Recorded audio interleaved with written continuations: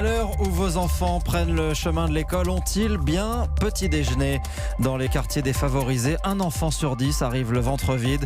Le ministre de l'Éducation nationale annonce 6 millions d'euros d'aide de l'État pour leur permettre de manger en arrivant à l'école.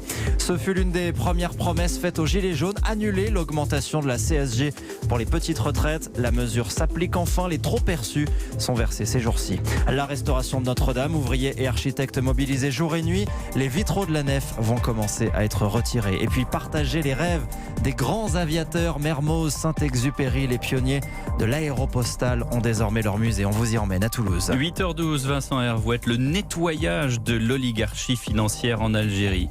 8h15, David Doucan reçoit Éric Coquerel, député La France Insoumise de Seine-Saint-Denis. Europe 1. Peut-on vraiment apprendre à lire, à écrire et à compter le ventre vide? Aujourd'hui, dans les zones d'éducation prioritaire, 13% des enfants arrivent à l'école sans avoir pris le moindre petit déjeuner. L'État annonce qu'il va leur offrir, dans un certain nombre de quartiers défavorisés, 6 millions d'euros débloqués cette année dans le cadre du plan pauvreté.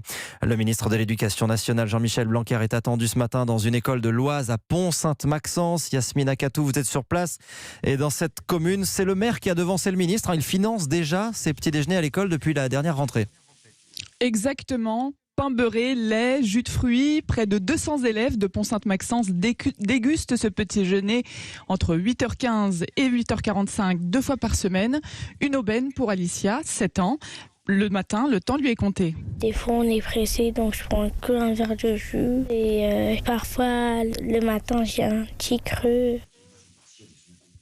Terminé la fringale de 10h pour Alicia, les parents, eux, n'y voient que des bénéfices. Ça fait découvrir d'autres aliments qu'ils ne prendront pas forcément à la maison. Ça fait les fruits, les féculents, etc. C'est une bonne façon de ne pas avoir la faim dans le ventre jusqu'à midi et pouvoir rester concentré toute la journée.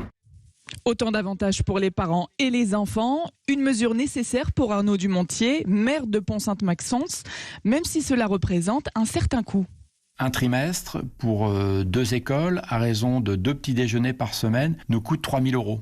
Mais quand il en va de l'intérêt de l'enfant, tout le monde doit se mobiliser. La contribution de l'État est évidemment bienvenue. Et le système ne cesse de s'étendre. Les élèves d'une 3e école de la commune bénéficieront du petit-déj une fois par semaine dès ce vendredi. Yasmina Katou en direct depuis Pont-Sainte-Maxence dans l'Oise. Et la mesure va s'appliquer d'abord dans 8 académies test et concernera à la rentrée prochaine 100 000 élèves.